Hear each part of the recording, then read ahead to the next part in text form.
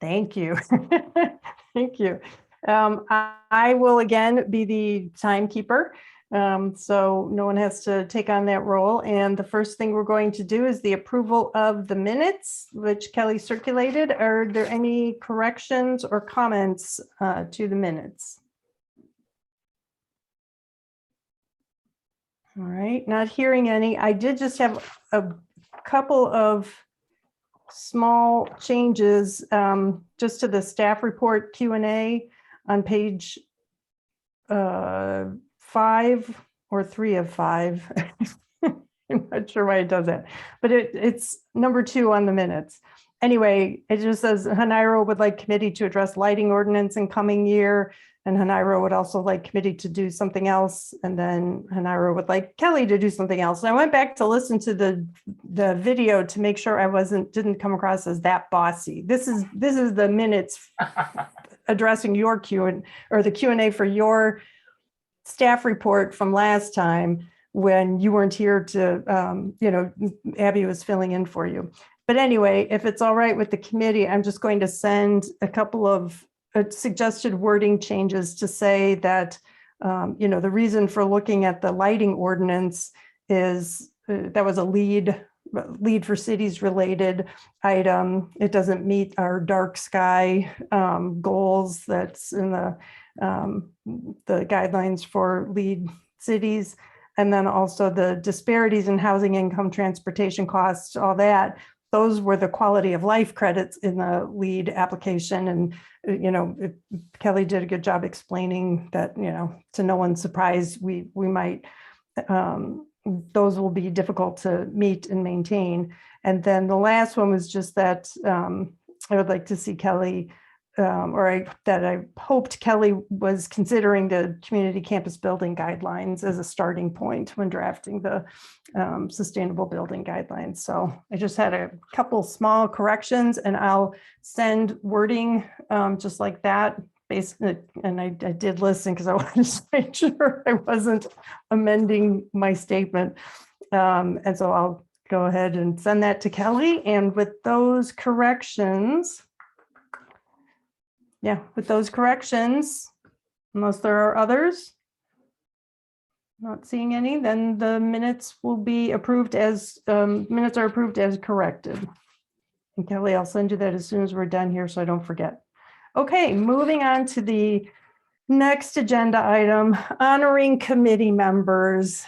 This is a sad committee meeting because we're saying goodbye to 2 of our best committee members ever. One, Spencer Schumacher, who's been the leader and a member. How long have you been on, Spence? I think it's been 9 years, but I'm not 100% sure. 9 years, but who's counting, right? Who's counting? So you've been a mainstay on this committee, and you've been a wonderful mentor to me once I came in as chairperson, and I really appreciate all you've done, and I hope you will continue to check in with us and invite us to things. Absolutely. Spencer, and we hope we'll make you proud. And then Daphne, we knew this day was coming when Daphne would graduate. I'm surprised you didn't graduate like 2 years ago at the rate you go, Daphne. And so we're going to be losing Daphne as our high school student. But I mean, it's been just such a great pleasure to work with you, Daphne. And I know I feel very strongly that I'm going to be saying many times in the future, I knew her back when she was on our committee. And I'm seeing nodding heads because I think we all recognize that you're going places, Daphne. We hope you wind up back here someday. And I see Daphne's raising her hand. What would you like to add? Are there no committee meetings during the summer? There are in June, but the mayor will be appointing a new high school student. Yep. Okay, got it. He hasn't yet. Council will be approving or voting on the mayor's recommended appointments tomorrow. And there is not one for the high school student for sustainability, but it's coming. So Spencer, I see your hand is raised. Yes, I also want to congratulate Daphne on her amazing award. She just got the presidential. What was? Will you explain? It was. I think it was a presidential award. It was in the paper this week, wasn't it? Yeah. Last Thursday, I learned that I was one of our nation's 161 US presidential scholars, which is like really cool because I didn't think I was going to be one of them. But there were 4 from Wisconsin, and what the other one, the only other girl that was on that list from Wisconsin was Ananya, and we're going to Yale together, which is really, really cool that we ended up in the same. Wow. That's award awesome. section. Wow. I mean, it's amazing. 156 nationwide, and there was only 6,000 people who qualified, or 5,000 something that qualified with it out of everybody in the country, and to be able to be one of 56 is amazing. Congratulations. Yep. And I see Christy has her I was hand just- raised. I was just going to say the same thing. Daphne, you are so impressive. I mean, echoing, Lisa's comments and Spencer's. I mean, you're just so impressive. So good luck. Can't wait to see what you do. Yep, that's great. And wow, think of Middleton having 2 students come out of, Middleton out of the nation. I wonder how many other cities our size have 2. Dick, your hand is raised. Yeah, Daphne, I've had a chance to interact with you a little bit on the light bulb thing and last year at the Good Neighbor Festival. You are an amazing young person who was an inspiration for all of us, and congratulations on the award. And we really want to just keep in touch with all that you're doing, and thank you so much for what you've done these last few years. Thank you. I really appreciate your comments. Well, and it looks like Dominic has something to add. Yeah, just a selfish plug. Just remember me when you start your first sustainability organization. Might be looking for a career change at the time. I'd be happy to work for you. Just don't forget the little people. Take us with you, Daphne. All right, great. Well, again, it's been a pleasure working with both of you. And I do hope, if we do the Good Neighbor Festival this summer, and certainly we are doing Solarbration on July 10th. So please do come by and help us spread the word about sustainability in Middleton and what this committee does and is trying to do. Okay, so we'll end that part of the program, and now we'll move on to the public comment period. And just a reminder to folks, 3 minutes is our suggested time for any comments. So does anyone want to make a public comment? All right, not seeing any hands going up. We'll close the public comment period and we'll move on to the staff report. As always, Kelly included a written staff report in the agenda packet. I hope everyone had a chance to read it. And right now we have 5 minutes to take questions or get feedback for Kelly on the items she included in her staff report. Who would like to go first?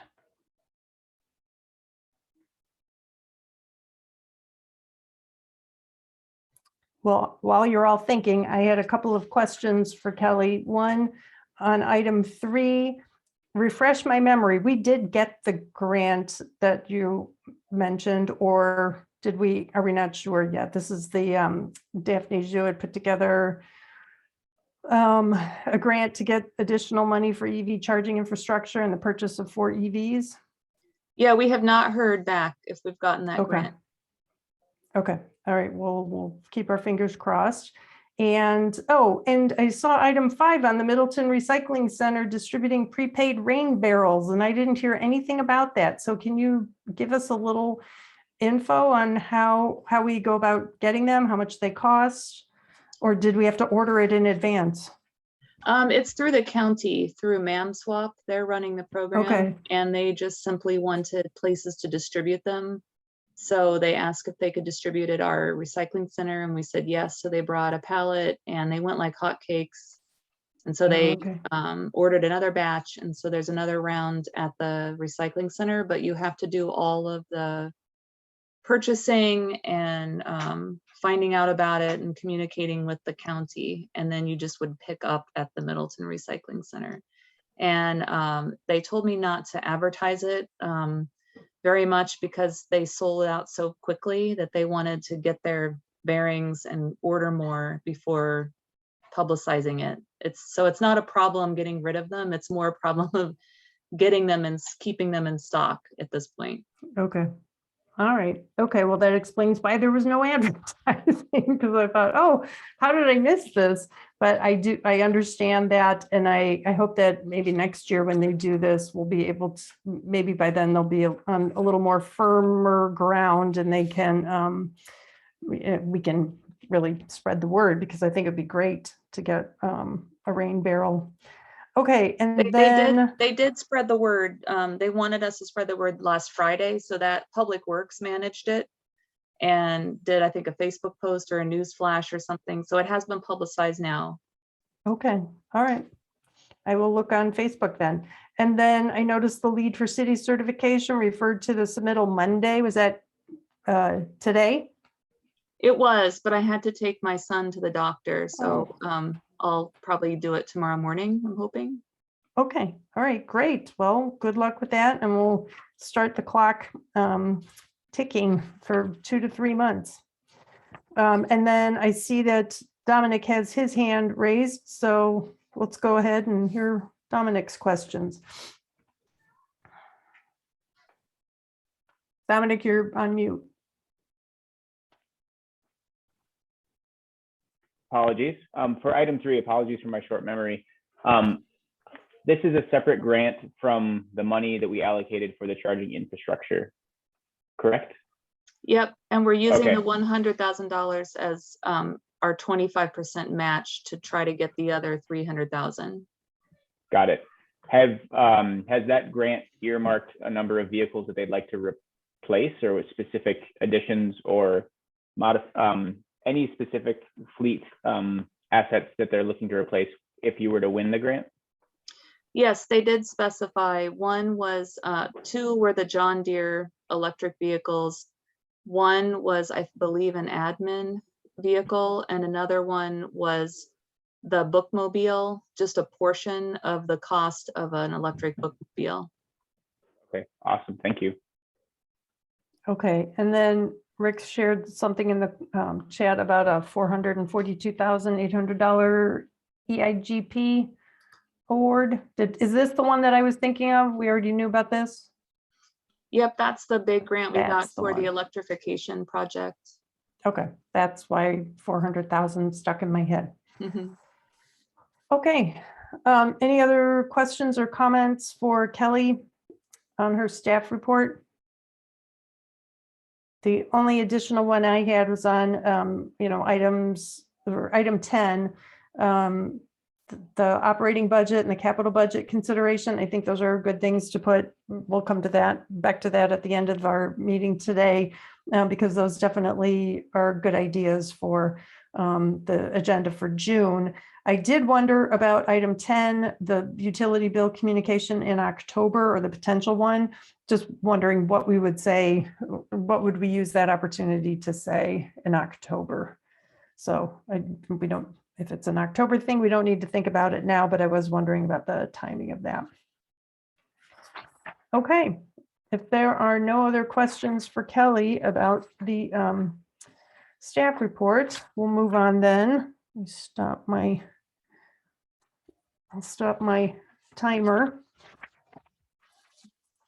And we'll move on to the next item, which is the Sustainability Award for Residents and Business. This is a discussion item. We don't need to take any action today, but Deb Weitzel had reminded Kelly and me that we had talked about this as a possibility of the Sustainability Committee somehow getting behind an award to give out to a resident who's an exceptionally sustainable neighbor and perhaps a business. So Deb, did you want to kick off the conversation?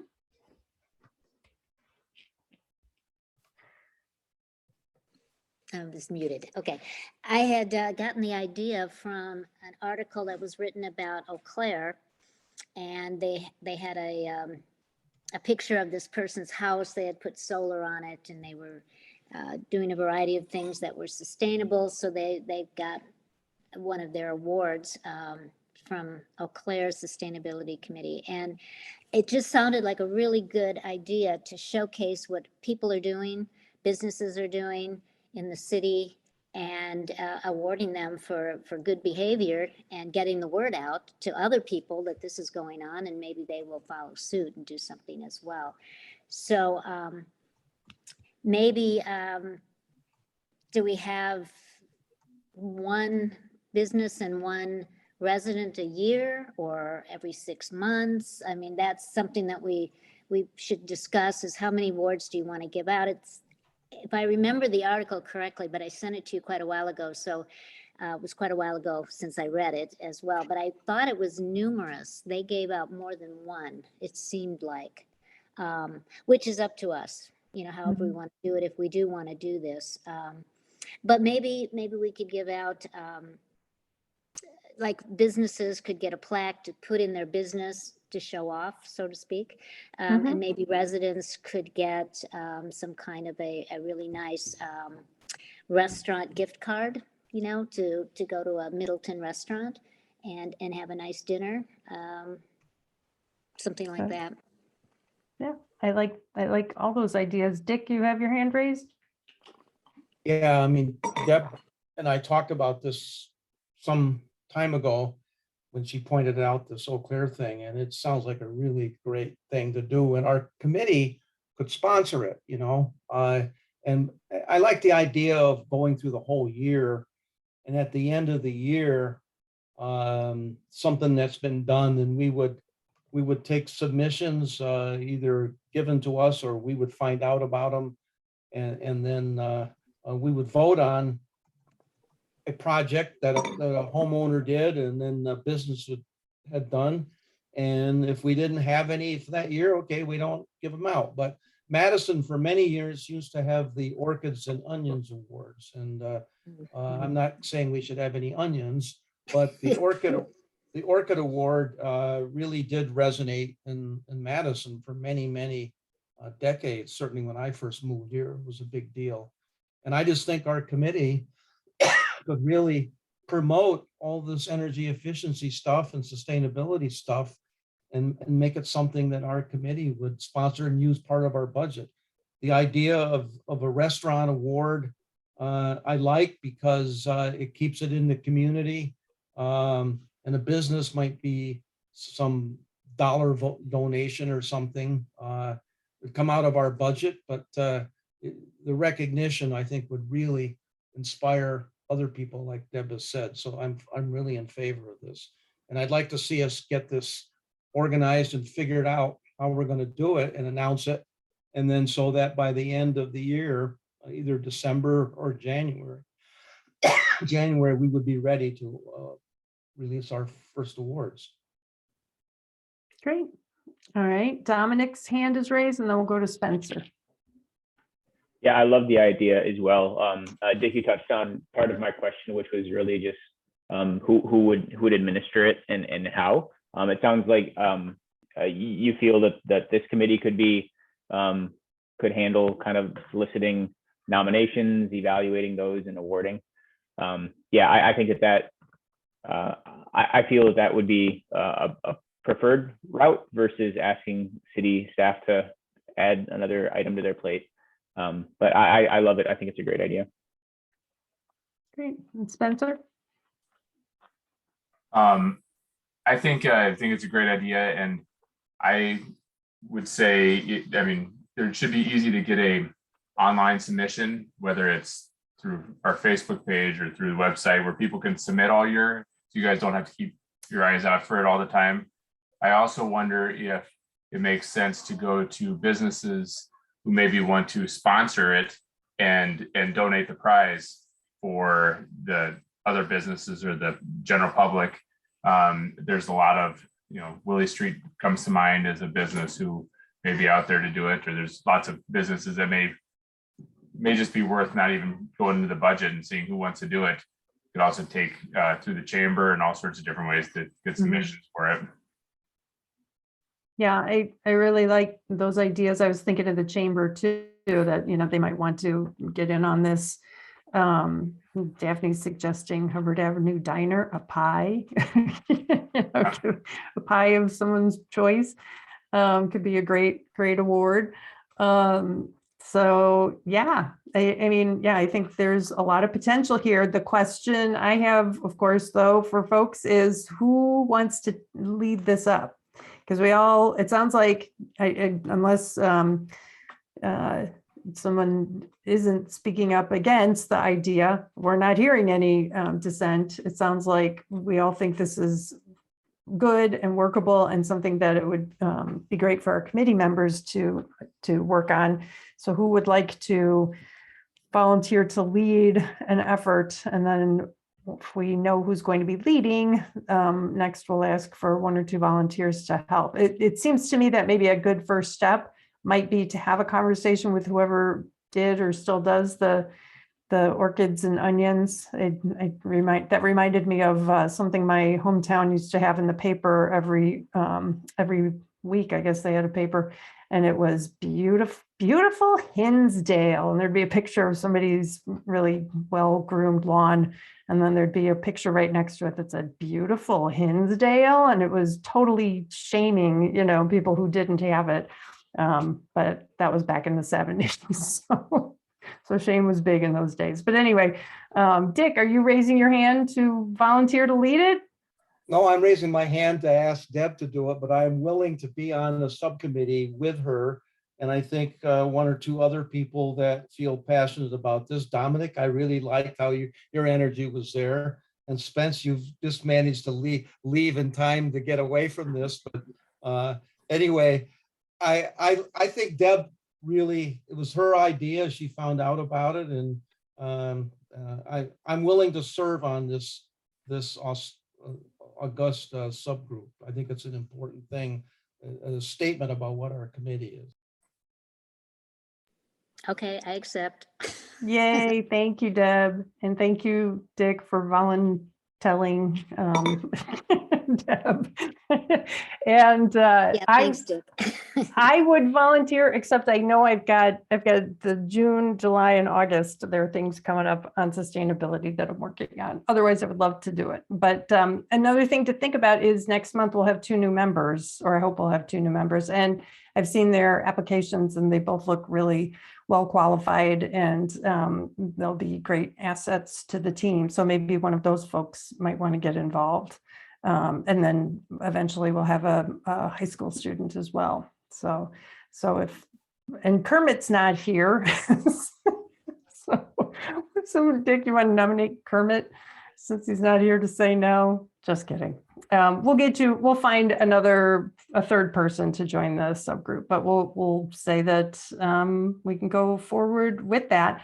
Yeah, I'm thinking, in terms of the number of awards to give, like just for residents, I'm thinking, well, there are 8 aldermanic districts. So, would you want to maybe try to get one from each district just to spread it around the city?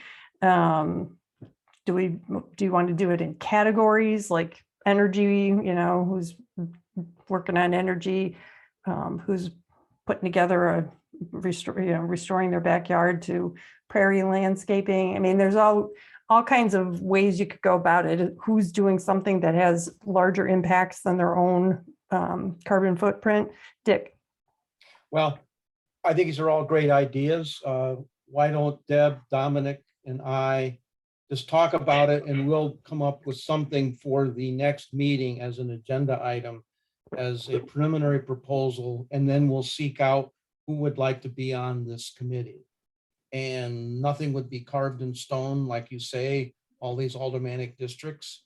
Yeah, I mean, we could spread the wealth. The question is, do we have enough projects in a particular year that rise to the level of being recognized? And maybe we decide, if we don't have a project from a particular district, there is none. But these are all great ideas. Maybe the 3 of us, if anybody else, Christia, you too, or anybody, if they want to be part of a little subgroup, as long as we don't have 5, I guess, we could meet for coffee and just bounce it around and come up with a proposal, a little more concrete proposal for the next meeting agenda. That's my idea. Okay, great. All right, and Dominic, you accept that charge of at least brainstorming ideas for the next discussion that we have? I mean, how can I say no? Exactly. Dick is batting 1,000 over here. Yeah. All right. Okay, any last comments about this topic? If not, I'll stop my timer. We were at 10 minutes for that one. And we'll move Lisa, on then. Oh, go ahead. I'd be willing to serve on that too. Oh, great. Okay. I'll put a chat on one of the things that Fitchburg did for sustainable businesses. There's a map that shows some of those different options. Excellent. Great. Thank you for volunteering, Rick. Appreciate that. Thank you. Okay, so let's move on to the work plan updates. And I didn't send a copy of the work plan, but I do have my hard copy next to me because if you remember, the work plan that we're on now is from January 1st through May 31st, which means this is our last chance to report on what we're doing. So let's start with, we'll follow Kelly's agenda, the LED light bulb exchange / Voss House project. Deb and Dick, any updates on that? Okay. Well, we had to do some things between meetings here, but we ordered 400 LED bulbs that were 60-watt equivalents so that the Voss House could finish their apartment replacement fixtures of that were other types. And so these bulbs will allow Voss House to finish all the in apartment fixtures. They were short about 400 or 500 bulbs. So they were very appreciative that we could get those. However, excuse me. However, we were not able to get these at the super discounted rate of 25 cents a piece. So we had to pay a discounted rate in order to get them, but we felt like this was an important project for Voss House to finish that. We also were able to get some 75-watt equivalent and 100-watt equivalent bulbs. Deb was able to get those ordered and we physically had those. So we gave some to Voss House and through the Kiwanis Club group. Excuse me, I've got a really dry throat. And they, during their food distribution last month, they offered bulbs and they put out flyers, so it was advertised. And we did replace 49 bulbs in apartments for people that came and then they exchanged their bulbs. The problem is there's a lot of people in these apartments that hardly come out of their unit, and we are not physically able to ask them if they want to exchange. So we're going to have a challenge to continue this. Kiwanis is going to continue to offer these bulbs that we do have. Interestingly, most people wanted the 100 watts and there were some 75 watts. I think that people want the brighter bulbs, the higher lumens. So Deb and I have talked about, well, we don't have to buy or order or pick up all the 40 watts that we did order that are on back order. She said that if we only take half of them or whatever, that Ace Hardware is willing to, keep the rest. So we're going to try to probably change what we actually take as far as bulb, because it seems like the older residents really like brighter reading lamps. And that was something that I think Katie mentioned a few meetings ago too. So it's all fluid there. So we'll do the voluntary exchange for another couple months. And then we're going to have to figure out how do we really finish out the rest of the residents, because some of them are pretty shut-ins that they don't get out much. So we'll have to figure out how we can contact them and see if they really want the exchange. But that's what we've done so far. Deb, you want to add anything on this? I called Ace Hardware today, and our order of 75s and 40s are still back ordered. They were supposed to be here in April, and they're still back ordered. And this year's 25-cent deal with the 60 watts still hasn't been announced and opened. So that's on the back burner as well. So at this point, we're going to have trouble getting any more light bulbs at 25 cents. And yes, we paid, what did we get? 400 for $1, which, no, $1.25, which gave us our budget of $500 for those 60s that Boss House needed. The 75s and the 100s we did get for $0.25 a piece from last year's deal that they still had extras at the store. So we're still in budget. Yeah. Yeah, we still have quite a few 75s and 100s left. That's, I don't think Voss House will certainly use them all, but we're going to have to reevaluate where this goes, particularly with other apartments, because that's what the original proposal was, is to do Voss House, but also do other low income or older apartment units around the city. And I've talked with Kelly about how we're going to pursue with that, but we haven't done anything about that yet, given that we don't have any real large supply of bulbs. We were surprised to get these 75 and 100s. Deb had contacted the guy at Ace, and he said, well, he might be able to get some that were left over from last year. And what we get, about 100 of each kind, I think, roughly. I have to check my numbers again, but No, we don't. we got more than 100. Didn't we got a couple of cases? Seems like we got 300 of the 75s, didn't we? Or 275, something like that. We got more than 100 anyway. Yeah, we got 100, 150 of each 75s and 100 Maybe that watts. was it. Yeah. Yeah, so we have some supply that we can do finish Voss House and have probably some left over.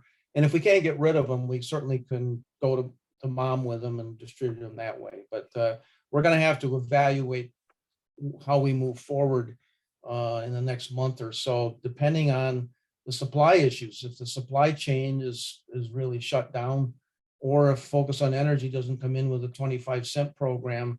Right now, we're doing all we can given the supply that we have. That's my take. Yeah. Okay. Great. Well, this, again, you guys are doing a great job holding everything down while we wait for the supply chain issues to get resolved. And I recall that Deb, I think was it last time we met, Deb, and you mentioned because of this longer than expected delay in getting the bulbs, you suggested we talk about what we want to do for Mom sooner rather than later. Because if we do want to repeat what we've done in the past couple of Decembers, we might need to order the bulbs, in August. So I'm going to I just made a note that that's one of the budget items we'll talk about in June. I think we're going to have a budget discussion. So we'll definitely nail down whether we want to do the same type of, give Mom bulbs to put on their weekly menu for clients who are coming to pick up their food, or do we want to consider something different, like they're doing this I think it's called co-housing project. Maybe there's a way to have the clients get the bulbs actually when they come in for their meetings with the social workers there, and get maybe a little more hands-on explanation about what the bulbs are for. So, and also Mom is, I think, in the not too distant future, we'll be starting to have clients welcome into the food pantry for the first time. They're trying to figure out what the majority opinion is about continuing with the drive up versus opening the doors again. And I don't know which way they're going, but I think it might be a hybrid. Okay, any questions for Deb and Dick about the LED bulbs in Voss House? If not, we'll move on to the School Sustainability Committee. Daphne? So we're actually having our very last meeting of the school year tomorrow.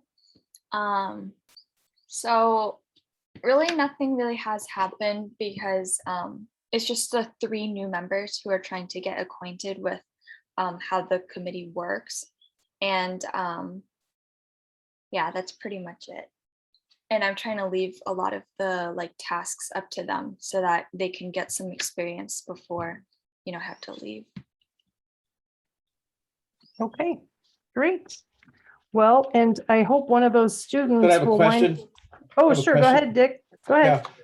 Yeah, I saw, I was talking to some people recently, I guess it was at the clean sweep thing, that a couple of your fellow students came and helped, that they said that they're getting these grants, or I think I read it in one of the earlier minutes, that you were applying for grants to get a food composter at the school. I think that's a wonderful demonstration project to get our city interested in doing this, and having the school actually seems like the best place to start it. Can you give us an update on what progress has been made as far as getting a grant? To buy Yeah, it? so we got a partial grant from By Youth for Youth. I believe it was about 3,000. I have to double check on that. But basically the an industrial sized composter that would be able to take all of our students, all the students that eat lunch in Middleton High School, to take that and convert it into dirt and compost. That would be about I think it's very expensive. It's over 20,000 or around 15,000. So Todd Duquette, who is the school district's operation manager, he is trying to get the school, the school district, to be able to fund that. And he's also applying to grants during this grant cycle. I'm not really sure what his success rate has been, and I'm sure it will take a few more months to apply to all the grants and see which grants we get. But yeah, we're just trying to, I think that would be the most effective way to reduce waste, because cafeteria waste and food waste is such a big contributor to our waste at Middleton High School. So I think, yeah, we're definitely working really hard on that. What is it? It's like a metal. I think somebody on the sustainability committee actually sent me the link of the Madison Technical, or the Madison College Area Technical School. They had that same composter, so I emailed that over to Mr. Duquette, and Mr. Duquette thought it was a brilliant thing, and we're trying to get the funding to get it. That's great. Deb, I saw you had your hand raised. Do you still have a question? I had the very same question. So Okay. thanks, Dick. Great. All right. And thank you for that report, Daphne. And we look forward to hearing how that composting project turns out. And if you're looking for donors, keep us in mind and some of the other people who have previously participated on our sustainability efforts. Christy. Just quick question, Daphne, is there any way to offset the costs? And I don't know the answer, but if the school doesn't have to pay as much to haul all of this food waste away, can there be an arrangement to put some of that money towards the cost of this composter? That's a wonderful idea. I think the other thing is that we don't know what we would do with the compost that we create, because obviously the garden doesn't run, our school garden doesn't take that much compost. But yeah, that's a really great point. But I mean, compost can go on lawn, it can go on all the grass. I mean, there's tons of school property. It can go Right. anywhere. Doesn't need to be just in a garden. So yeah, I would hope that the school would help with funding in that way, you know, if they can offset the cost. Mhm. So an idea. Thank you. Yep, that's a good suggestion. Okay, all right. If there are no other questions for Daphne, we'll move on to the fleet subgroup update and purchasing policy next steps. And that, I see it's on here later too, but we're just going to cover it all this one time. So Dominic, I guess you're on your own because Kermit's not here. So what can you tell us about both what's going on with the fleet group and also the Falca? And then we'll talk about the purchasing next steps. We don't expect you to, the purchasing policy next steps. Yeah, sure. So a couple of things have happened with the fleet team and the Falca tool.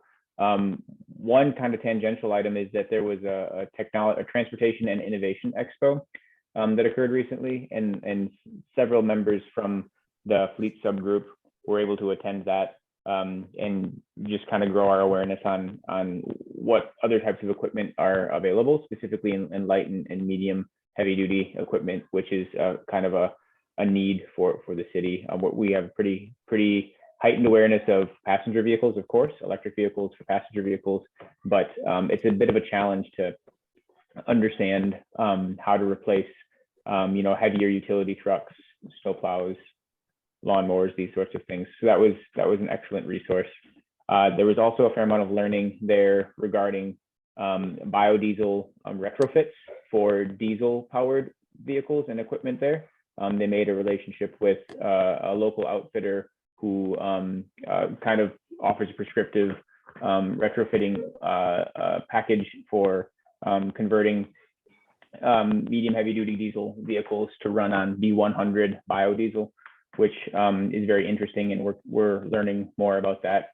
I believe some city staff were able to attend that expo as well. Correct me if I'm wrong, but I believe Brad Hopwood was able to attend, which is excellent to help increase kind of the literacy of the entire city committees and staff as well. So that was an excellent learning opportunity for us. Beyond that, the Falca tool is being refined through several, small additions of features and fuels to it. But we have, as a group, taken the next step of beginning to feed into that tool our recommendations for this upcoming round of fleet replacement acquisitions. And so we're hoping to meet with Brad in the next couple of weeks to share with him our recommendations for specific vehicles to be purchased in place as part of that replacement plan, and begin a dialogue there as well. That's using version 0 of the tool. None of the modifications that have been discussed for version 1, significantly impact the overall carbon footprint or cost analysis that's being done. It's really kind of a fine tuning.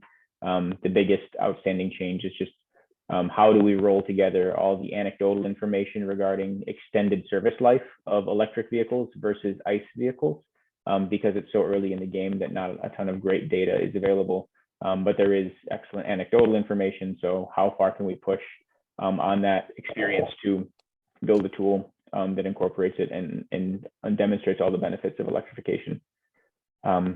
So yes, pulling together some recommendations, hoping to meet with the city again soon. They are getting deeper into their replacement cycle. I believe they'd like to have their fleet recommendation made kind of in the July timeframe so that it's rolled together in advance of the budget process. So we're pushing to just sync up with the city schedule. Okay, great. I see Dick has his hand raised. Yeah, I actually, Lisa and I both attended a ceremony at the Middleton manure digester. Was it a couple weeks ago, I guess? And I had seen all this press release from the county about how they just got their the next vehicle truck, I guess it was, that's running on RNG. So I know that the landfill, of course, but also the manure digesters, which was a Lakes guy, I'm really pushing, because we got to process raw manure. So I was asking one of the county guys, what does it take, like for school buses or big trucks, to convert them over to RNG? And he said it's actually quite difficult because, first of all, EPA has to approve it. And he says they tend to approve large quantities as a bulk transfer rather than 1 or 2 vehicles at a time. And he says, really, it's not that easy or useful to think about converting an existing truck or school bus from diesel to RNG. It can be done. He's saying it's better to start with a new replacement. And I came away from this feeling like that RNG wasn't the solution for promoting manure digesters and maybe right away getting some of our fleet of trucks and school buses and things using it, because the conversion is not that easy and it's quite expensive and complicated. So I just thought I would throw that in just as a FYI, because I had been pushing, why isn't the city buying more snowplow trucks or converting them? And I guess there's an issue about how you set up the system to handle these trucks. I thought the Quick Trip in Middleton was supplying, I guess they're supplying CNG. I don't know if they're supplying RNG, but at one time they were talking about it. So anyway, that's something that I learned when we went to the Middleton manure digester tour. Yep, it was a very good tour, and the statistic that stood out for me is that they process manure from 4 farms. And it just, when you think about all the farms in Dane County or in Wisconsin, you know, holy cow, that was a big operation for 4 farms. Useful, but still. Spencer, your hand is raised. Somewhere in that conversation, we we're talking about biofuels, converting vehicles, converting fleet vehicles. I have a lot of experience with this. I had 2 of them I converted to run off of vegetable oil, and I was served on the board for a long time of the local co-op for vegetable oil vehicle conversion. So when the conversation comes up, when you want to bounce things off me, please make sure you don't hesitate to reach out to me on that one. Awesome. Thank you, Spencer. Yeah, I did not know that about you, Spencer, and well, we should talk sometime. That would be very interesting to know how that's going. Okay, any other, oh, well, now we've got to move into the part about the purchasing policy next steps, because on our work plan, we've got review the existing and approved sustainable purchasing policy of the city of Middleton to determine, clarify, and implement its application to all purchases going forward. And that was something that Christy and Spencer and I signed up to work on, but we wanted to wait until the life cycle cost analysis tool was done, and you know, the fleet work specifically needed to be done first. So now that we're losing Spencer, we need to think about where do we go next with updating the sustainable purchasing policy and getting that before council for with our recommendation to either update it or augment it with the fleet specific tool that Dominic and the subgroup have worked on. What are your thoughts, members?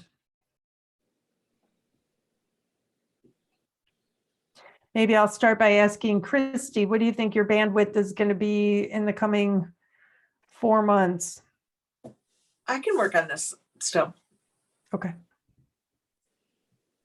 And I can too, and maybe we can find someone to take Spencer's place, unless, you know, Spencer, if you really want to work with us, you're always Spencer welcome. can be the community member. There you go. You can keep me on the emails. I can't promise I can make them, but I will. If I can make it and do it, I would be happy to help out. Okay, that's great. All right, Lisa, we'll just hound him until he responds then. Yeah. Yeah. All right.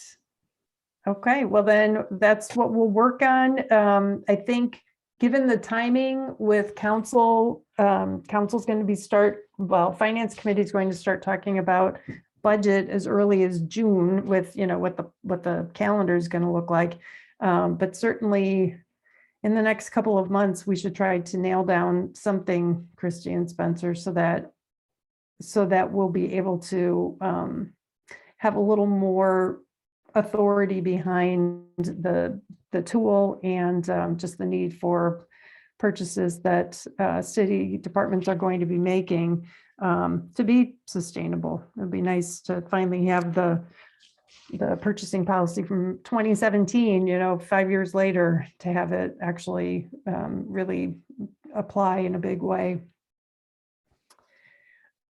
Okay, anything else on that? If not, let's move on to Solarbration. So that is July 10th, 2 to 4:30 at Lakeview Park Shelter. I've confirmed that, I had reached out a while ago to both the mayor and Alder Kuhn, whose district is where the Lakeview Park is in her district. And they both agreed to come. We can have other speakers as well, but those were the two that popped into my head. I know Kelly's got a potential vacation planned. Kelly, can I show my screen? Because I want to share the budget. We do have a decision to make regarding the budget. So Kermit and Kelsey and I are on this subgroup, and we had a meeting not too long ago and came up with great ideas for a giveaway. Oh my gosh, I'm sorry, I have so many files open that I'm actually not seeing, the one I want. What is going on here? All right, let me close that. Unless it's advanced or files. Nope. All right, I don't know why. Oh, I know why that changed, because I was looking at something that was in the chat. Sorry. Here we go. We'll try again. And there it is. So anyway, we need some funding for this event. We got the rental waived because it's a city function. The Licensing and Ordinance Committee last week considered our request for an amplified outdoor sound permit, and they approved it.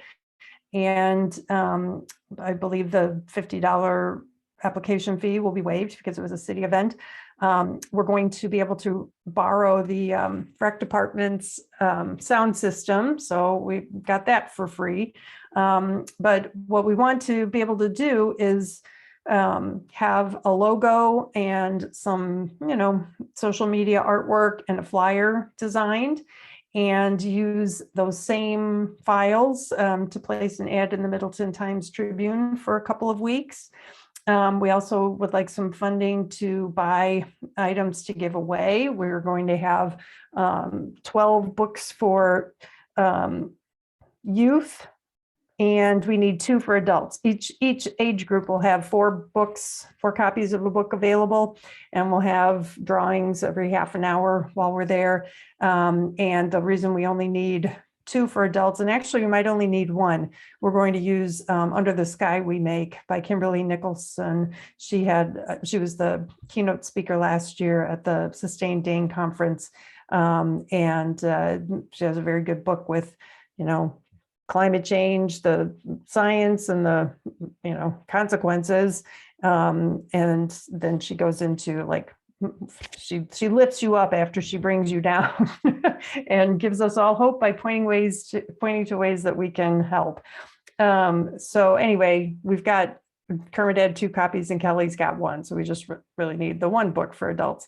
And then another expense that we're still thinking about, but just in case I put it in the budget, is maybe having some sort of rebate available on a solar purchase if you sign up at Solarbration with one of the Solar Group Buy vendors.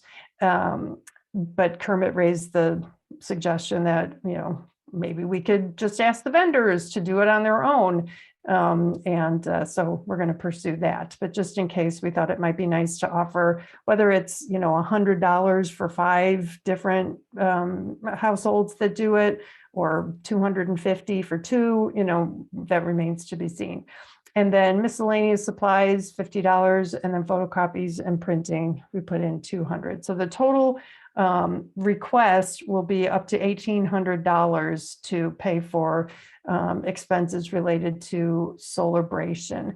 And just as a reminder, this is an event to call attention to sort of a ceremonial ribbon cutting. Maybe we'll even do a ribbon cutting. They did one at the manure digester, and that was kind of fun. But the system's already powered up, but we couldn't celebrate back when it was going online because it was cold and we didn't want to have, and it was COVID-y. But we're anticipating less than 200 people showing up, probably more like, I'm going to guess 80 to 100. And we'll have some, the solar group buy folks, we'll have other organizations that can table, similar to what happened at the EV car show and sustainability fair. We've got that same list of exhibitors, and we're going to reach out to them. And we will have neighbors talking to neighbors about their solar experiences. So for example, my husband and Kelsey's partner, we're going to have folks there who can, share their stories with Middleton residents who might be considering going solar.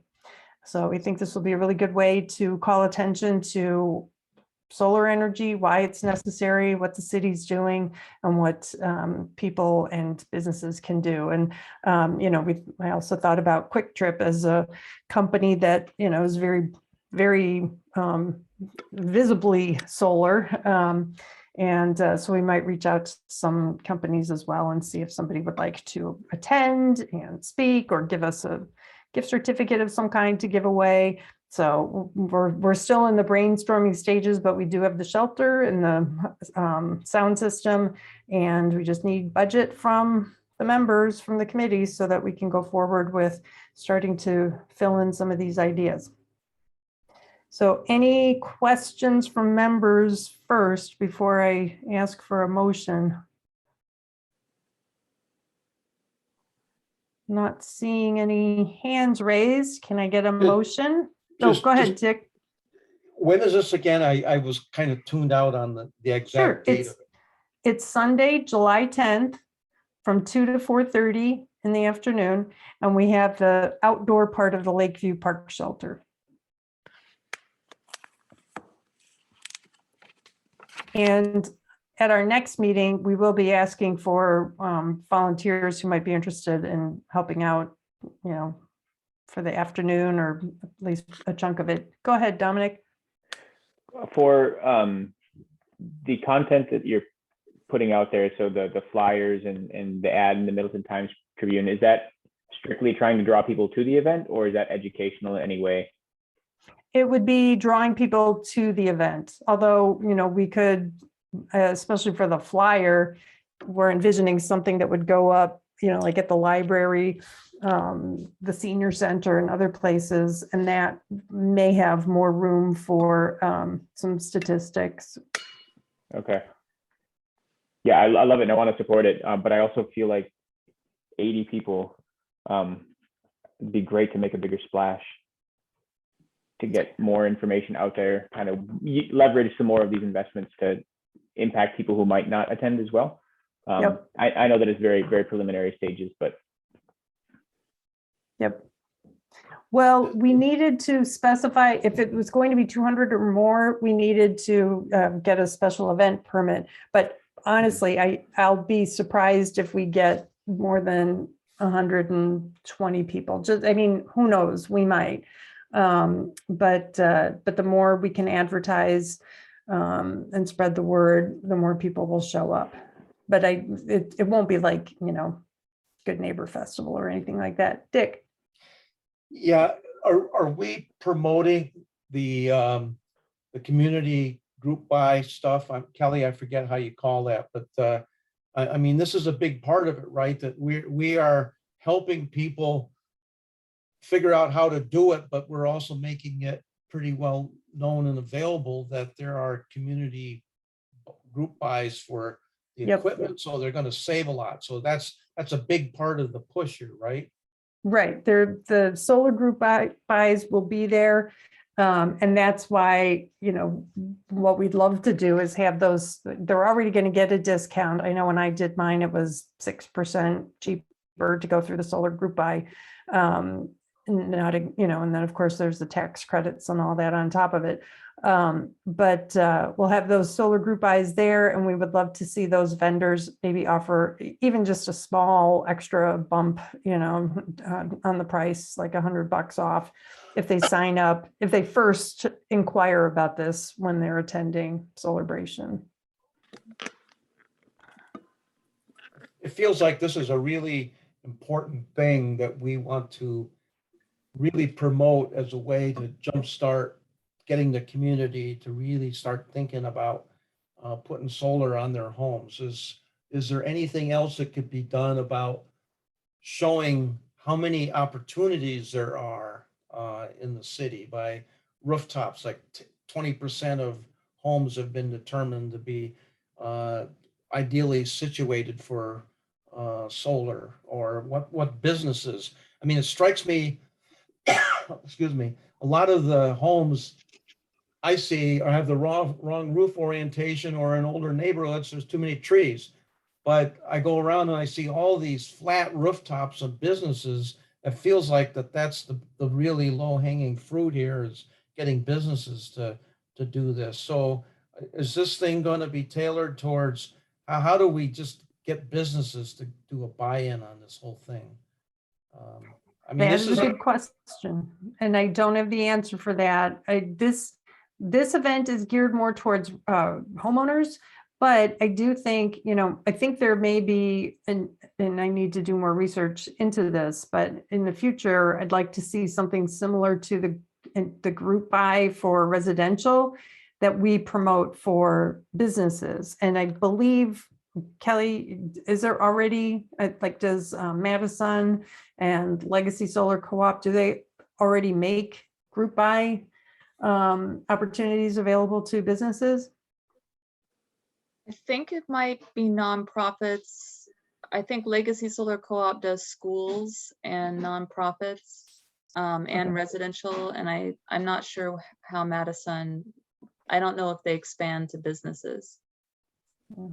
I mean, this certainly could be an opportunity to do that research and learn more, for us to figure this out and find out what we might be able to do besides TIF incentives. What might we be able to do to help incentivize businesses that are already out there to adopt solar? It seems like that we really want to also let people know what our goals are, our 2030 or 2040, 2050 goals are, so that people can understand this is what we're facing and this, how we're going to get there. Well, it's going to require a lot of people to put solar on. It's going to require a plethora of businesses to step up, so that this event really emphasizes the challenge, not only how to do it, but the challenge that we must do it. I'm sure you're thinking of that, but that's a straight. Yep. And, I see this as a one-off event, but who knows, maybe, because we do have a big challenge trying to convert more housing to have solar, the houses for which it's suitable. It's going to be difficult. And so maybe this does turn into an annual or twice every other year kind of thing, but we'll figure that out as we get through this one. Daphne, and then Dominic, and then if somebody would like to make a motion, that would be great. I don't know if this is sort of unrelated, but it would be amazing to have somebody from that serves on a neighborhood's HOA to sort of speak, because I know that my neighborhood, Black Hawk neighborhood, we struggle a lot, or my family has struggled a lot in trying to get solar for our home, because our HOA says that they will sue if our solar panels are facing the wrong way or if they're a certain color. And I think that some HOAs are very, very unsupportive of solar panels because they believe that it's unaesthetic or it will Mhm. like lower property values. And if we're trying to convince homeowners to get solar panels, it would be amazing if we could get more like people saying that like, oh, my HOA is super supportive, you know, our house price has not, or our value, the value of our home has not dropped because we've installed solar panels, or like it's not ugly. Like if we could have people saying that, I think that that could also sway a lot of people into buying more solar. Great, that's a great point. And yes, that's important because I remember that problem, and there are other things we can do to try to make it more widely known that HOAs are very limited in what they can do to prevent a homeowner from putting up solar. Dominic, the last question goes to you. Is there any way we could use some of these giveaways to give people bragging rights for, you know, businesses or individuals? Like I'm supporting Middleton's 2030 goal in my window, little social appeal or something. Oh, I just feel like that could help spread the message, and if these people are already there, they're probably converted, and we could use them to go spread the good word. I'm a big fan of stickers for computers and cars and things like that. So I like that idea, or maybe even just like a sun magnet for someone's car. Sure. If we could get those. Okay. All right. And- So go ahead, Dominic. I was going to make a motion to approve $1,800 for the celebration. And Dick, are you seconding? I'll second. Okay, so Dominic moved and Dick seconded, $1,800 of our budget for the celebration event. Any discussion? If not, all those in favor of the motion signify by saying aye. Aye. Those opposed? All right, the motion carries. Thank you. All right, now I'm going to stop sharing my screen and we'll go back to I guess Kelly's screen when she has a chance. Sustainable U is the next item to discuss. I'll just mention that we've got June 16th at 6:30, not at the library. It's going to be virtual. We decided to go back to virtual for recycling reboot. That's going to be the topic. And I'm already saving up all kinds of recyclables that I have always had questions about. I hope it'll be sort of a, fun, interactive kind of event to help people understand, what can we recycle? Where do you take it? Does it go in your bin? Does it go to the recycling center? And how to get things ready, and what's actually got to go in the garbage. So that's already, registration for that is already up on the library website. And that will be our last one of this series. And then we're taking a break for summer because we've got the celebration and the Good Neighbor Festival to think about. And at some point in the summer, the committee, with the new chair and new members, will need to take up the question of whether we want to continue the Sustainable U events starting, later in the fall. And next week on the 24th, Kelsey and, that's going back to the celebration. I forgot, we've got our first on-site meeting next week for that. So that's the only thing I had about Sustainable U, and I'll go ahead and just post that one myself and subgroup members. I don't think we need to have a conference call before then. I will schedule a practice session with the speakers.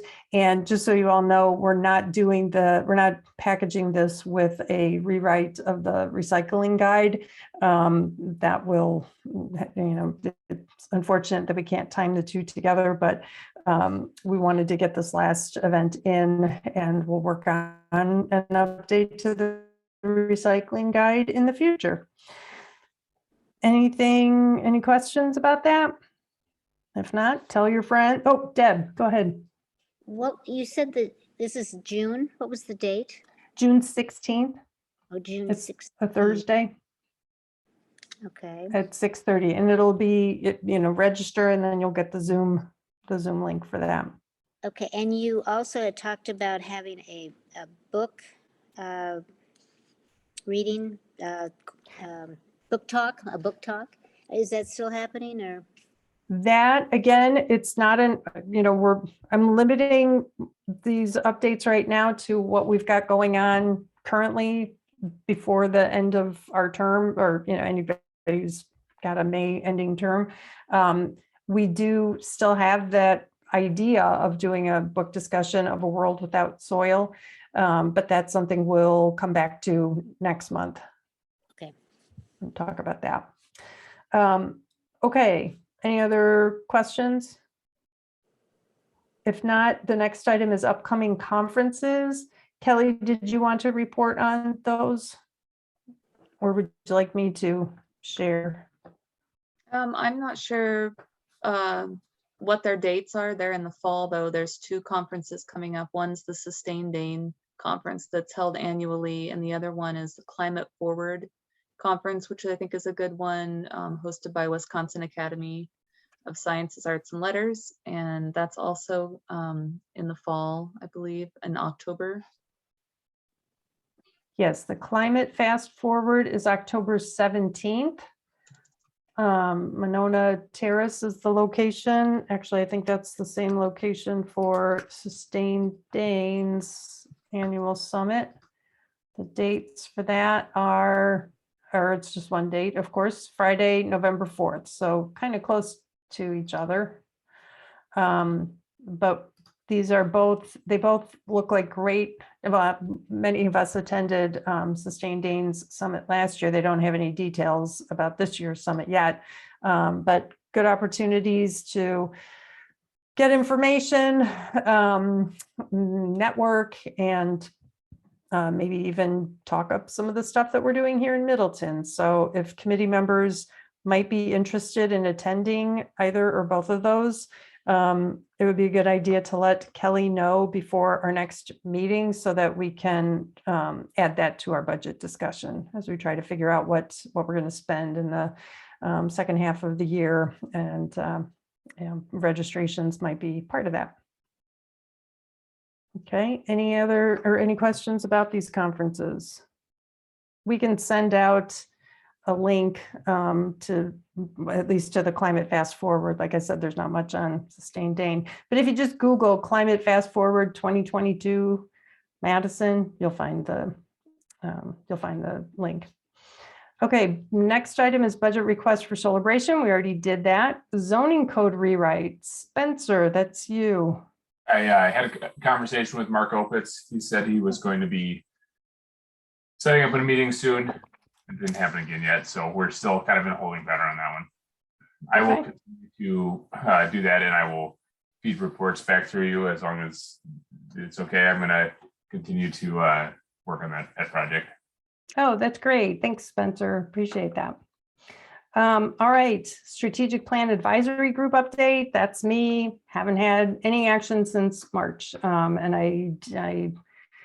I'll reach out to Scott Harrington and find out what's going on with that. And by the way, that's not the same Scott Harrington that was nominated to join the Sustainability Committee. Different person. All right, the next item is the fleet update, and we already did that. And then the last item under the work plan updates is the Good Neighbor Festival, which is actually something I just wanted to put the question out to members to find out how many people think we should do it again this coming year, so that when we do have a discussion with new members and a new chair, we'll have a sense of whether this is going to be on our schedule for the year. So of course, it's last weekend in August, and last year we did a booth and the parade.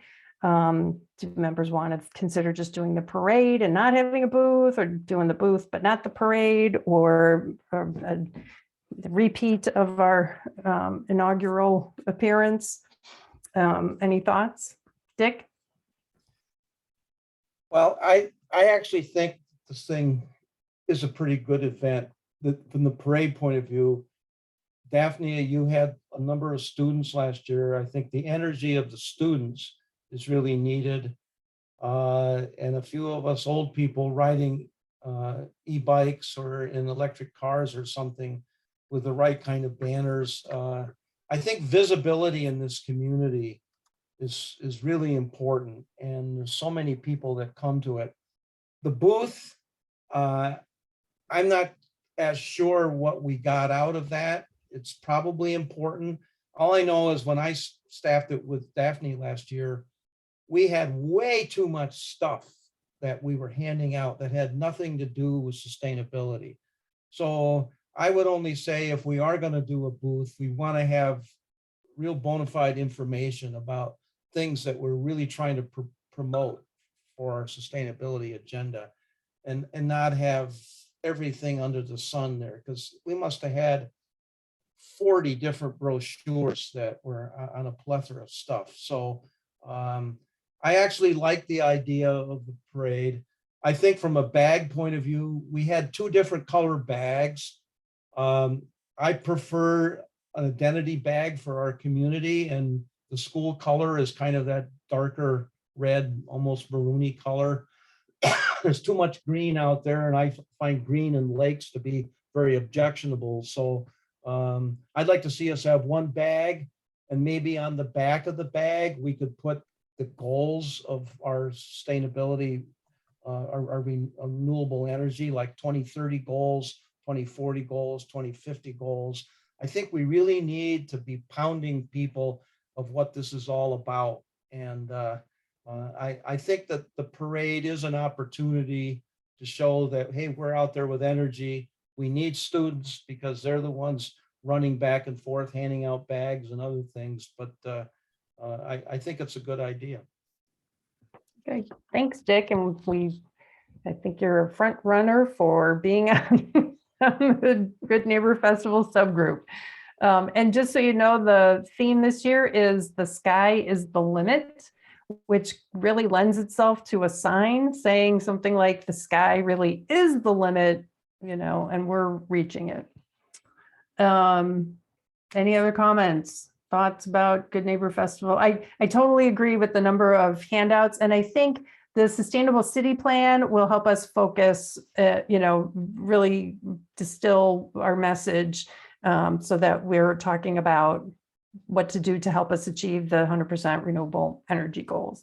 Maybe a few other small things, but the big one should be all about energy and why this is so important.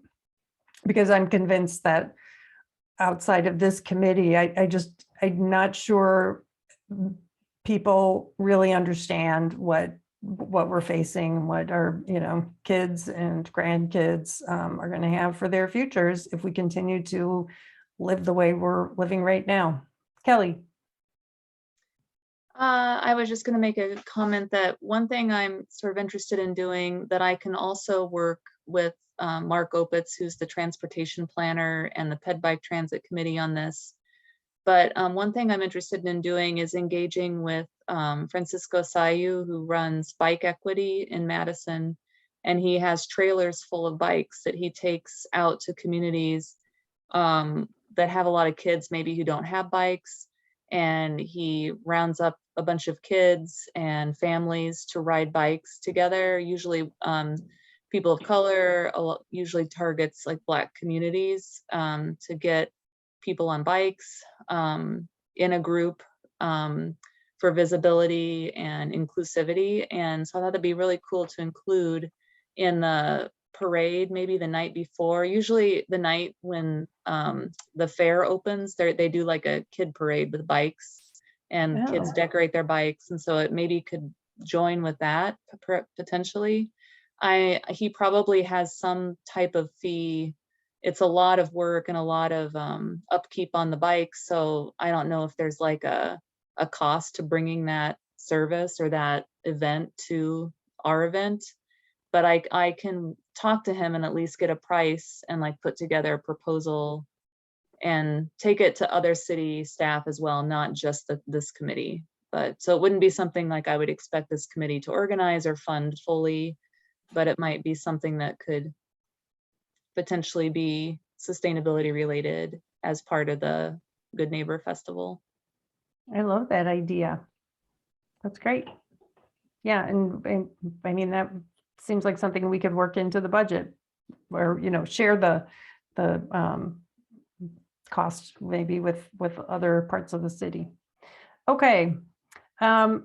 We're way over the time for this one. I neglected my duties, but we had a lot to talk about with our work plan.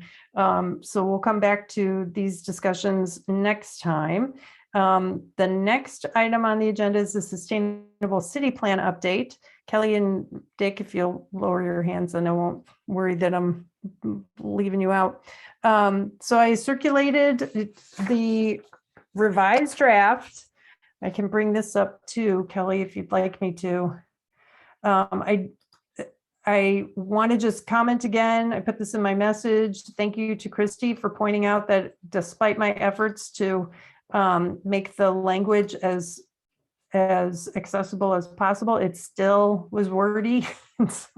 So here's the revision, and the way I sent it out to everyone, it doesn't really show the changes the way like it's showing what's added, but just to give you a quick glimpse of what the full markup looks like. I did cut stuff out, as you can see. It's just that the settings, I use Pages.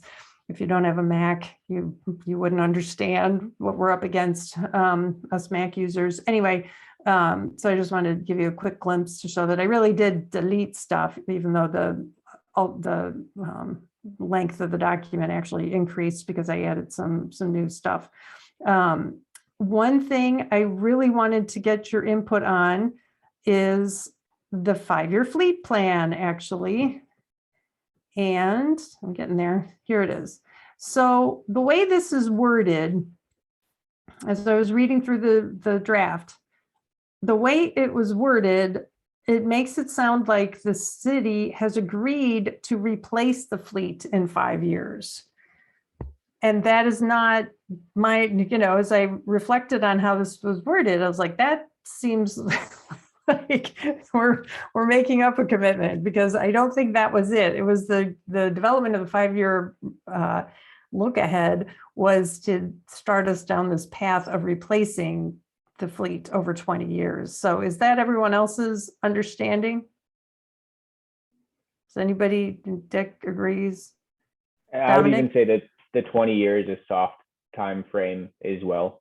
Okay. Certain assets that need to be replaced get pulled in. Certain assets that are just fine get low use, they get pushed out beyond that. So it's kind of a rolling. They try to have a 5-year look ahead to plan, but it's not.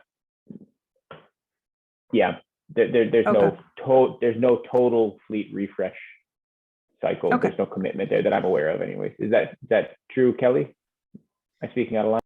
Well, they have a 20-year fleet replacement plan, and they do plan out that far, which is pretty, I mean, they're lauded for that in other communities. A lot of communities don't have that type of planning, so they can think about costs, and they can think about timing on a lot of these vehicles instead of just dealing with a vehicle when it breaks down kind of thing. But the 5-year plan was going to be, because EVs change so quickly and the technology is so rapidly evolving, they decided to only look at the EV replacement over the next 5 years. So they still have that 20-year replacement plan, but they'll just constantly be looking 5 years out for EV, how to incorporate EVs into that. But they kind of know roughly that in 15 years or in 10 years, you'll need this many police squad cars, and they won't know which model and make it will be this early. But they do have that, they have a 20-year plan for a reason. Okay. And it exists So- already. They have already made it. Okay. So I'm changing this back to the original wording, and I'll change this reference to the down to 5 years to reflect more what that 5-year look ahead is supposed to do. I won't wordsmith it now. But I'm glad I read it a little more closely and realized, wow, that's a lot more ambitious than we've been talking about it being. So that was the big question I had for all of you about the document. And then at the end, you'll see I added one new Sorry to scroll. That makes people dizzy.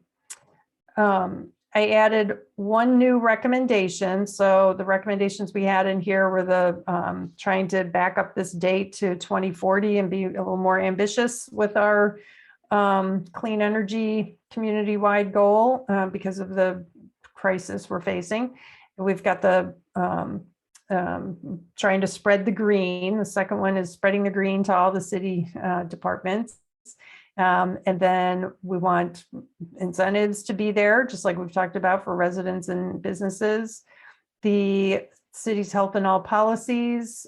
From that came the idea of an environmental justice policy. I heard a really great talk. I think it was the Wisconsin Arts and Sciences Academy about incorporating native wisdom, tribal wisdom into resiliency planning. And they made the point that I had not thought of, which is tribal lands are set, they're fixed. And so when species move out of their tribal lands, culturally important species, that's it. What are the tribal nations going to do? They won't have them there anymore. And then here's another, this one too is about getting the city commissions, committees and boards to also embrace sustainability.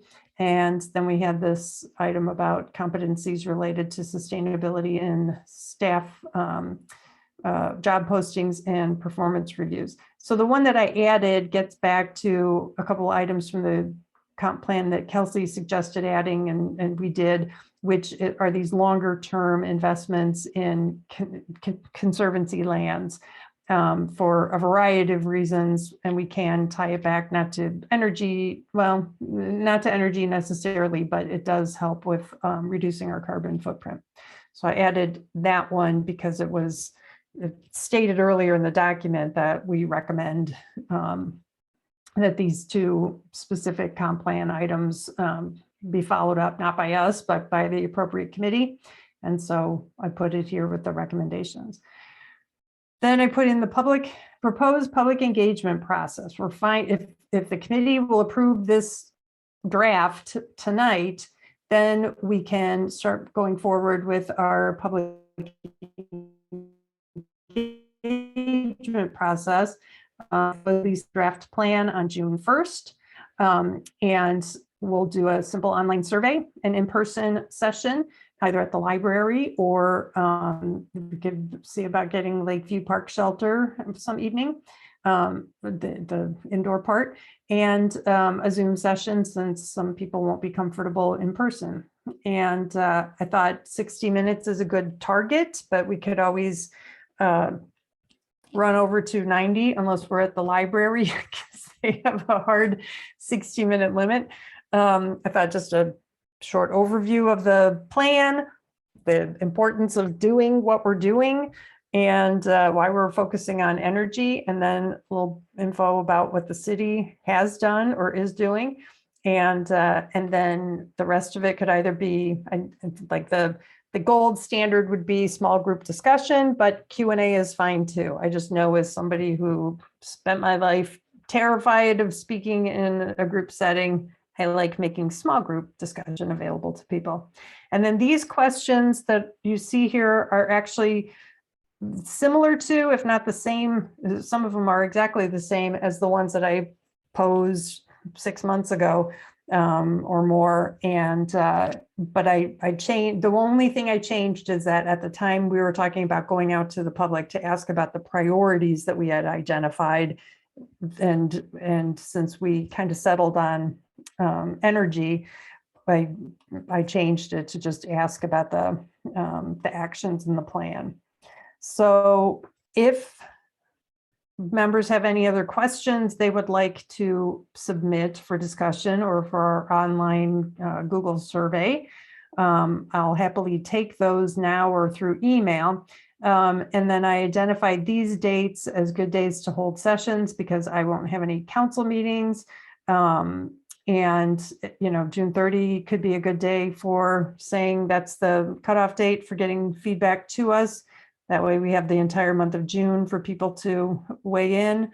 And then if this timeline works for everyone, we would finalize the plan at our meeting on July 18th and share it with council for approval at the August 2nd meeting. And I'm a big fan of comment response summaries so that people know what happened with their input. And so I would commit to preparing one of those too. Dick, your hand is raised. A couple of things. At the very beginning, I read through this, and I think it's confusing to some people, the difference between city and the community. And I know what we're talking about is the city government operations and facilities. So I think it would help here when you, in that very first page, when you list all the various energy reduction goals and targets, that you make it clear what you mean by what the city is, that you're talking about city government facilities and operations, and for the community, for the Middleton community at large. I think if you at least say it that way the first time, then you could shorten it in subsequent bullets. But you see what I mean? Yep, that's actually a great text box idea. Like, what do we mean when we say this? So that's good. Yeah, okay. And the second comment, of course, I always read through the water stuff, and I realize this is focusing on energy, but we do say Middleton Sustainable City Plan. And I was quite, I guess, disappointed that the only thing on water was, while we're putting solar on top of our pumping stations to try to generate some solar, there's no way that that solar is going to run these electrical pumps, but it's just a place to put it. And I've been doing quite a bit of background work or talking to people about how are we going to be sustainable from a flooding point of view, which is a giant climate change impacts issue, and looking for ways of infiltrating and detaining more water. And somehow it feels like if this is a sustainable city plan, and we don't even state that, it feels like that we're missing something. So one option is this, to make this a sustainable city energy plan. And then you know that's what the focus is. Or I guess what I would ask you, Lisa, is how can we at least identify the concern from climate change that we need to be sustainable on our runoff issue? Well, I would say, Dick, that somewhere in the introduction, maybe it just needs to be made more clear that, because we've talked about this a lot, whether we should cover more than just energy or climate change, or, should we bring in more about Pheasant Branch and the resiliency that we want to build into the restoration efforts. And we settled on climate change and our energy goals, because that's just what the committee had discussed and agreed to. And we recognize that, Kelly's time is very limited, and so is our time. And these were if we want to really make a difference when it comes to the energy goals, we all kind of need to be pushing at the same time in the same direction on the same thing. And spreading ourselves too thin might, interfere with our ability to do that. So I'm thinking two things. One, adding something in the introduction to indicate that we recognize sustainability covers, it shouldn't be considered. I made a mistake in expecting it to be a given that people would understand sustainability is all this, and we're focusing really hard on energy. I think I can do a better job making that clear. The other thing is, the city does have other groups, committees, Water Resources Management Commission, and even the Stormwater Utility Board, who have as part of their purview, making sure that our water resources are well managed and protected. and resilient. And so I would say, you know, the most I could imagine doing to change this plan might be to, because you're right, it actually isn't a water-related sustainability action to put solar on those pumps. You're right. And I'm going to remove that because that's not a good, it's not a water-related thing. It's, you know, Right. any building can have solar, just happens to be a building that deals with water. So I'll change that because I don't want that to be confusing. And I can look and see what specific items from, you know, just like how we've got the recommendation to invest in sorry to scroll again quickly. Just like we have the recommendation about the conservancy lands. I'm not going to be able to find, oh, here it is. These two, increasing connectivity and preserving the role of wetlands. These are things that we've got in here, but we're not going to do. We highlighted them because we think they were important and want to call attention to them. But our recommendation is that the appropriate entities should be doing that. So I'll try to, or if you have ideas, Dick, for specific items, a few items from the comp plan that we can drop into the water section, just like these land use ones are in here. I would appreciate that. I think that would be a good addition. Yeah, well, I'm glad you thought about this. I think just maybe up in the front, just explain that there are other issues that make us a sustainable community and kind of, you know, just shortly list them, but indicate that they are being covered. You know, the primary responsibility is being covered by, say, the Water Resources Commission or something, just so that when you come to water, you know, I felt like, where's the beef, you know?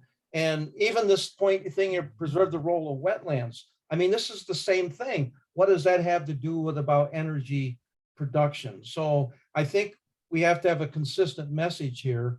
And if it were laid out as, you know, at least with an introductory short paragraph explaining to the person that reads this, that we are not looking at all issues related to sustainability here. But the fact that you've listed to preserve the role of wetlands, prairies, and savannas, that's all very important, but it doesn't meet the goal that you were trying to say this is an energy thing. So somehow there's a lack of consistency. Some things should be included. And I think this runoff management is a huge one. And if you're going to put the preserve wetlands and stuff, then we need something else in on that, you know, the flooding issue. We had language I thought was fairly succinct. I know that I had worked on it for the comp plan. And if you want to borrow a couple sentences out of there and plop it in somehow, or you're going to have to be consistent here. Now, transportation obviously is a big one, but you know, this thing is tough, and I commend you for sticking with it and trying to dog it through us and get it done, and so we don't have to deal with it anymore. And I don't want to bog it down, but I just wanted to point out the inconsistency of that part here. Okay, I appreciate that. Thank you. Christy? Thank you. Dick, a quick question regarding the water. I think it's a great point. You know, I also understand, you know, there are limits, like what Lisa's saying. I mean, we can't, you know, do everything here. Dick, is, you know, you study this stuff, and I see some stats like, oh, if so many rain barrels, you know, a certain capacity could fill up a, you know, football stadium. Do you have any knowledge? I don't know if you run these stats, or has anybody run these stats about, okay, because we have 4 rain barrels, and I'm making my husband get maybe 2 more. So you know, is there any information on, okay, if we had 10%, even I think 5% is probably realistic. If 5% of, you know, whatever, let's just say city of Middleton got rain barrels, you know, and then during a big storm, they would fill up, how much runoff would that save? You know, I don't know if anyone's even thought about that or looked at that. It's just more of a curiosity question I have. Well, I think that the Water Resources Commission and the city engineering staff, they do run models on all the ways of dealing with storm runoff, okay? And they look at how do you increase infiltration or reduce runoff on site. And rain barrels are just a tool directing downspouts onto grass area as opposed to pavement. Yeah. So they, in their models, they do tweak those parameters in ways to say, well, if we kept more water on site, and that could be by a rain barrel, it could be by a rain garden, it could be by directing downspouts, what impact would it have? So I'm pretty sure that the Water Resources Commission and the city engineer, and I've met him, Eric Sorensen, he's pretty sharp guy, and he's really thinking like us as far as sustainability on this issue. The problem is getting big picture stuff done. But I personally don't feel that a few hundred more rain barrels are going to make the big difference. You know, I think it makes people realize how they're impacting things and how we need to change as a community. The problem is we got way too much pavement and parking lots and street widths and everything else. So I just feel that we want to recognize it. If we're going to say this is a sustainable city plan, I think we should state that these areas are very important, but they're being handled by other committees or commissions, and they're not part of our plan here. So when you say preserve the role of wetlands, I mean, who was that? What's the subheading on that? If you just scroll up, Lisa, a little bit. This is under land use. Yeah. I mean, this is a tough one. It's a big one, but you know, and energy is linked to it. There's no doubt about it. But you know, you could expand that one out or shrink it. So I don't want you to get lost in trying to make this the perfect thing, because we spent way too much time on it already. You certainly know that, and you've done the hard work on it. I'm just trying to say, let's be consistent, but let's recognize this is not the sustainable city plan if we're not covering some of the big ones. And the water one, maybe you could just plop in a paragraph from the comp plan that we wrote that I thought was pretty well done, that little section, and just say, but these issues will be directed by and under the purview of the Water Resources Commission, and that we support them, but we're not doing them, something like that. Yep. Maybe that's a way out of it. Okay, I like that idea.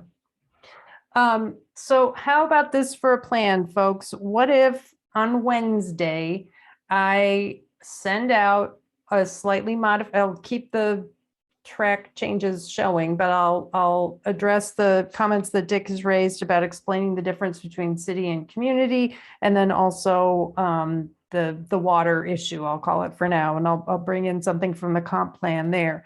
If I send that out on Wednesday and ask for feedback, final feedback on the draft, because remember, this is going to go through a public review process, so we'll be making more changes. But final feedback on the draft that we're going to send out to the public. Could you get that to me by the 24th, which is next Tuesday?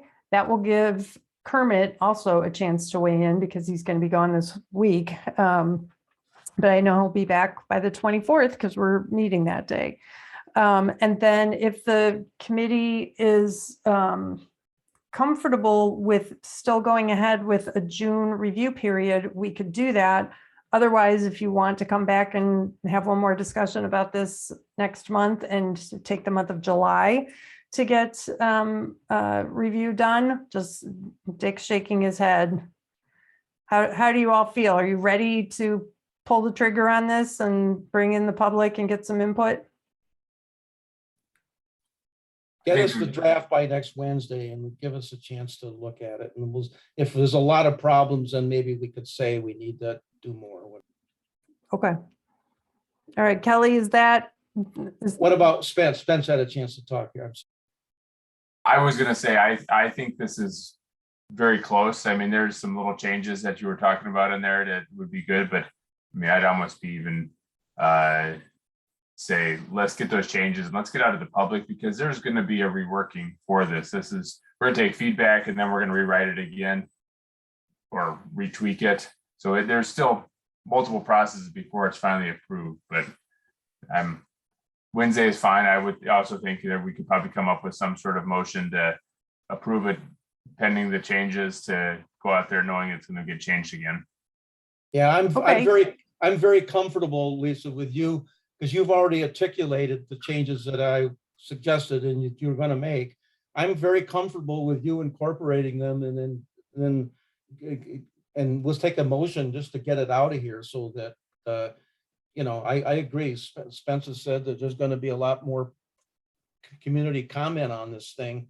So why just keep reworking it when we know there's going to be more? So I'm very comfortable with Spencer's idea to take a motion to accept it with the changes and suggestions that we've already talked about. Okay, so did you just make that motion, Dick? No, Spence made it and I'm seconding it. Okay, so the motion is, Spencer, you want to repeat your motion just so we know what we're voting on? Yeah, we'd like to approve this document to move forward to go to the public review, pending the changes that we discussed tonight, to make some tweaks and to be able to send it out there with the knowledge that there will be changes made in the future. Okay, And I second. Dick seconds it. Okay, any more discussion? If not, all those in favor of the motion signify by saying aye. Aye. Any opposed? All right, so I'll make those changes. I will send it out on Wednesday just so everyone can see it, and I'll talk to Kermit on next Tuesday when he's back in town. And then I'll also start looking for places and specific times when we can have public input. And since this is, I'm so invested in this, I'm definitely going to be at both of the in-person and the Zoom session. But if there is another member or two who would be really interested in being part of the public engagement process with me, that would be terrific. Just please let me know through email. And also, if you think of any other questions that you want to pose I think I only had 6 questions listed. If you think of any others, or if you recommend tweaking how it's phrased, please let me know. Kelly.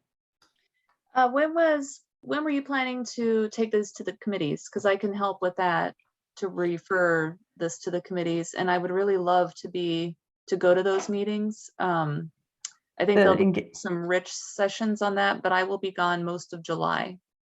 You'll be gone most of July. Okay, why don't you and I talk on Wednesday? Are you available Wednesday? It's part of certain parts of Wednesday. Okay, just send me an appointment for a time that works for you, and I'll try to make it work, and we'll figure out dates. Because yes, it would be really important to have you involved. And I envisioned the committee review process running concurrently with the public one, but I didn't articulate that very well in my recap of what we were doing. Okay, now I'm totally not even abiding by our own ground rules, because I didn't ask for a motion when I knew it was 8 o'clock. Now it's 8:21. The next item on the agenda is actually something that Kermit brought up. So with your indulgence, we'll punt this to next time, because I would like him to be able, I didn't realize when I suggested to Kelly we put this on the agenda that Kermit wasn't going to be here. So we'll put that on the agenda for next time. And that takes us to our standing agenda item, which is the discussion for agenda items for June. And we'll have the sustainability slide. That'll be one. We've got the operations and capital budget discussion. We have the award for residents and businesses, a report back from Deb and Dick and Dominic, the 3 Ds. We also will be the first And Rick, item. and Rick Allerson. And Rick, thank you, and Rick. And then we've got the election of a new chair and vice chair. So that'll be front and center. And I guess the introduction to new committee members can go before that. I don't know if the members want to talk about ground rules and work plan, or just give a heads up to new members that this is something. I will say I've participated in other committee meetings, and I think it's nice to have our ground rules. We should probably make them a little more visible to people. But, you know, I've been sitting through other meetings and like, not sure if, since I'm not a member of this committee, should I not say anything? You know, everyone does things differently. So I think it is nice to have something to point to so that people can understand how the committee functions. Just a comment on that, please. I would Yep. say, let's wait until we've elected a new chair and let that chair decide about how he or she wants to handle ground rules, maybe at the very next meeting that chair will be running. Yep, good idea. And then I also know Kermit had suggested inviting Brian Gatto, to the new city administrator, to speak, or, you know, attend one of our meetings and have some time to discuss with him. Since we'll have so much going on in June, I'm going to suggest that we put that on our standing agenda item next month to think about, you know, what do we want to talk to Brian about in July for our meeting. And then the last thing I noted on here is actually two things. One, Bike Week. Kelly, isn't the city doing something on Bike Week? Is that in June? Yes, they are. We have one sponsor so far, HGA Engineering is sponsoring, and then I was supposed to meet with Mark last week, I guess, so I'm gonna have to meet with him this week about Okay. So we won't put that on our agenda because it's going to be taking place, right? it. Mhm. Okay, all right. When you get information on that, can you share with us? Because, well, I don't work, but my my husband might bike to work. And then the other thing I wanted to put on the agenda for next time to discuss, or it could go in on July, but it has been suggested to me that a conservancy cleanup day would be a useful thing for not just for Pheasant Branch, but for the various conservancies. This came up because Graber Pond has a conservancy, and some residents there were just recently cleaning up a bunch of garbage. And you see it when it becomes visible after the snow melts. That's when you see all the stuff that's accumulated. And there had been some construction out there. So it was suggested that maybe Middleton could start doing something like a day, you know, promoting a day for neighborhoods, organizations to go out in their local conservancies and clean them up. And it reminded me of something that the Alliance for the Great Lakes does all around the Great Lakes. It's part of International Beach Cleanup Day. And it's a really popular event. You take pictures of all the garbage they collect and, you know, do all sorts of stuff with it. But I know in my neighborhood, I could get people to go to the little drainage way behind the houses across the street from me. I'm sure people would be interested in that. So it's just something that maybe we could discuss and think about whether we want to recommend to, like, the Conservancy Lands Committee that they implement something like that. Any other ideas for next month's meeting? Do we need to establish a subcommittee for the Good Neighbor Fest? Does that need to be done at a committee meeting?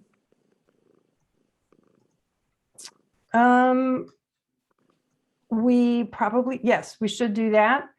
And that too, you know, that's one of the things to talk about, because our work plan only goes through May, and we've done most of the things. The ones that we haven't done are things we're not going to do, such as the composting at Stonehorse Green.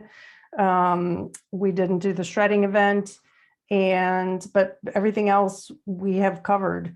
And so our work plan is over at the end of this month. So that means needing to develop a new work plan. But like Dick said, we'll just wait and see what direction a new chair wants to, or what approach a new chair wants to take to things like a work plan.